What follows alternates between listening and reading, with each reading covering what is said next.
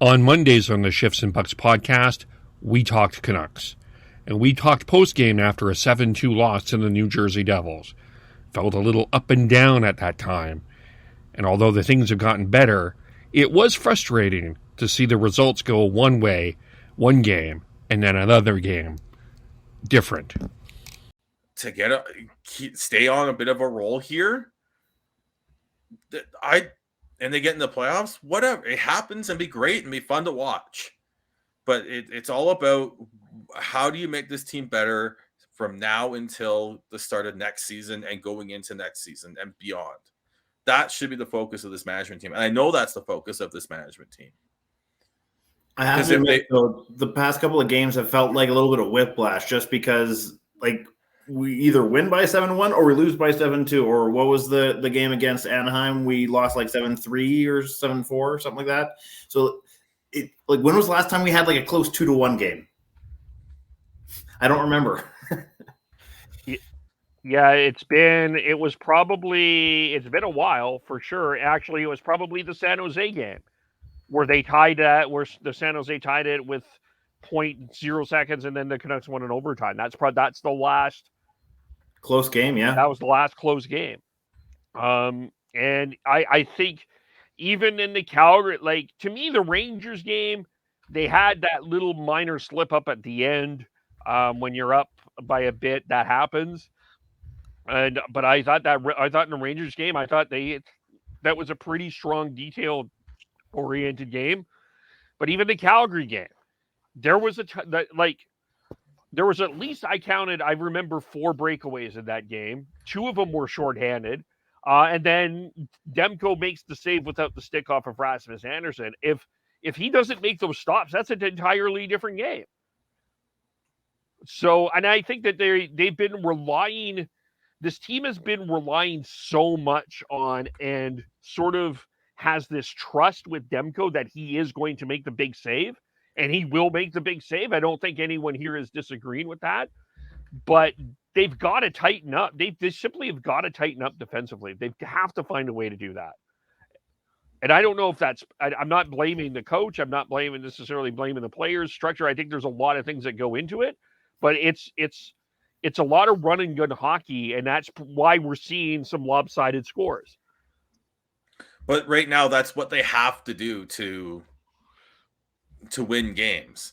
This is kind of what this is what I was expecting going into this season with that defense core and this forward group. I was expecting Jekyll and Hyde run and gun offensive games. When they're feeling it, they're going to score a lot. When they're not, they're not. And they're going to give up a lot. But at least they're playing to their strengths, which is offensive hockey right now, as opposed to trying to trying to make them into something that they weren't, which was a defensive. They were trying to be too passive defensive, and it just wasn't working either. I'd rather watch this than watch what the team under Travis Green. Fair, but the only reason I feel conflicted about liking that style, the run and gun style, isn't this what we made fun of the Oilers for doing the past couple seasons? Did not someone in our chat message say this is what it's like to be an Oilers fan? I mean, when you have goaltending that can back it up and save you, it's not. But when you don't have it, man, that just sucks. Like, honestly. Like, if you have the goaltend, you can do it. The Canucks have, for the most part, under Bruce Boudreau. Although they've had some low-scoring games too. But now it's just, if your goalie's not on, that's the problem with it. There, Chris, you nailed it bang on. If your goaltending is not on, it's going to be a rough night. Yep.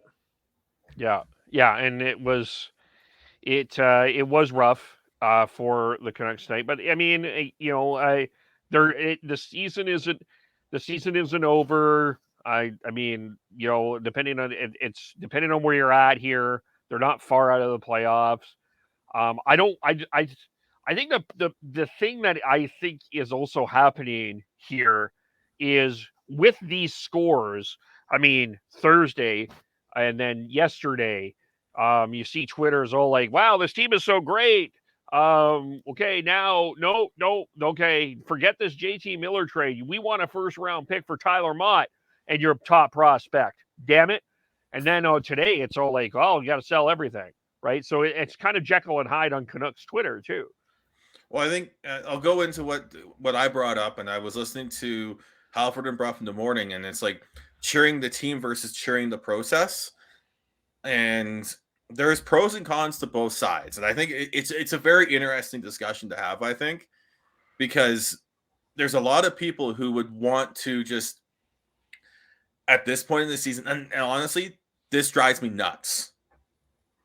If you're watching a game, you should be cheering for the team to win. Yes, you want long-term success, and you want them to make the management to make the right decisions. And good management will not be swayed by a short-term success.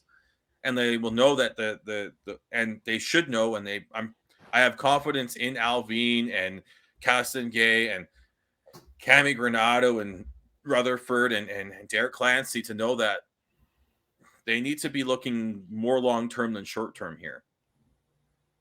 And I still am adamant that there's nothing wrong with riding this out. There's only one player you have to make a decision on that is kind of you'd be able to move for significant assets here. And that's Tyler Mott. And when I say significant assets, I think you're looking at a third and a prospect or a second round pick type deal. I still think you could get a second round pick for Tyler Mott. I said it like 3-4 weeks ago, and nothing since then has made me change my mind. He's a heart and soul player. He's a player that you want to have on your team if you're going into the playoffs with aspirations going deep into them. So, Sean, earlier you were talking about like an option on potentially keeping Mott. Would you potentially give him more term if he was willing to take a more cap-friendly, like team-friendly cap hit? Like how much more term are we talking about here? Like for a guy like him, I probably wouldn't see anything more than 4, but like, would you give him 4? Oh, what's that cap hit going to be? Like, like, I'm not sure if I'm like willing to throw out a number. It was just more of like, if it was considered team friendly, but he wanted more term, is that something that he's making 1.225 right now. If you can get him under $2 million for 3 years, you sign him. And as quickly as possible, honestly. I don't know if he'd sign that, but if there's any way you can sign him for 3 to even 4 years, 3 to 4 years under $2 million, you're laughing. But on the open market, he's likely getting 2.5. Likely, yeah. Like he's probably eyeing that Jason Dickinson deal, honestly. 2.65 for 3. And that's not unreasonable if you want to, like, I hate to use this word, but if you want to go the selfish route, like, yeah, that's probably what he could get on the open market for sure. But what are you qualifying Lamico and Highmore at, just out of curiosity? At their qualifying offers. Are you considering any of it giving them a raise? Well, you're qualifying them at their qualifying offers. Okay. Oh, no, but okay. Let me re-ask the question. Are you considering giving them more money?